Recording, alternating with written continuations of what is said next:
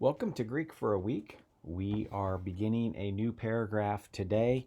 The paragraph is chapter 1 of First Peter, verses 22 through 25. So if you'll notice here, we're looking just at the two verses, 22 and 23. So next week we'll look at 24 and 25. And then, of course, the following week we will diagram this paragraph. I want to also make note that this paragraph, 22 through 25, really could probably go all the way through to chapter 2 in verse 10. So just know that I'm breaking these larger paragraphs, I'm breaking them up into smaller chunks so that they're a little bit more manageable, especially when I go and I diagram them. I figured that would be a little bit more helpful for you. Okay, so let's go ahead and let's translate. Since your souls have been purified by obeying the truth, in order that you might show sincere brotherly love. From the heart, love one another continuously, because you have been born again, not from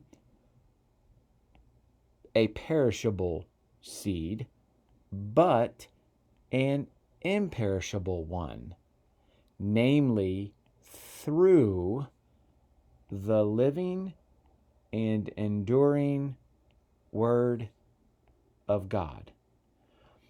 Okay, let's look at a few things here. Notice that he has the perfect active participle, he gno kates. And this particular participle is from agnitzo, and I'm suggesting that's a causal participle. That's why I started off with since your souls have been purified.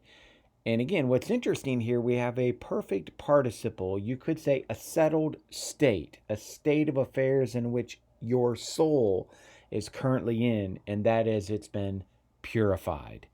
Now, the means by which it's been purified is by or in your obedience, namely that obedience is the truth. So it's your obedience to the truth, of course, that truth being the Word of God and salvation as a whole.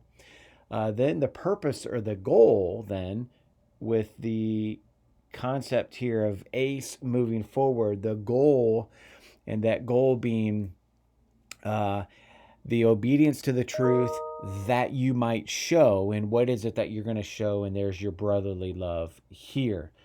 So that ace prepositional phrase there is purpose or goal. Then the source, he's saying here, the source though is from the heart. So here's ek cardios. From the heart, I want you to do what? I want you to love. Agape sate. That's your imperative. Second person plural, aorist active imperative of agapao.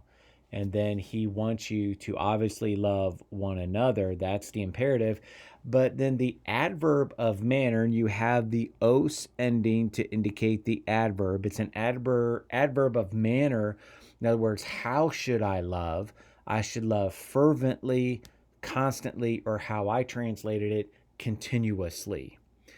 So then we get down to another perfect participle. Again, I think it's causal as well. Here's our perfect participle, and that is of the verbal form ana genao, and that is you have been born again. So again, we're in this settled state because it's a perfect participle.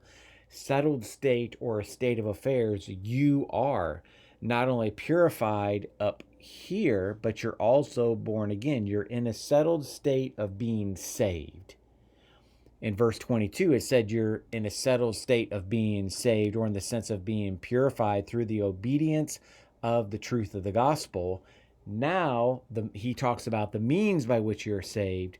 And it's not here, this is a cool thing, it's not from the source of a perishable seed, but strong contrast, an imperishable one. And then the means then is through the living and the enduring word of God. And here's the through, that would be the means, the dia prepositional phrase there. You have two present active participles, zontos and menantos. Both of those are attributive. It's the living, it's the enduring, and they are attributing a quality back to the word. And so it's really cool to see how Peter now is starting to show us exactly a little bit more of how this particular group of recipients, how they are to live their life. In this particular instance, I labeled loving others as the kind of the theme that runs through chapter 1, verses 22 through 25, based again on the imperative agape sate. All right, trust this has been helpful. Verses 22 and 23, 1 Peter chapter 1. We'll look at 24 and 25 next week. Have a great week.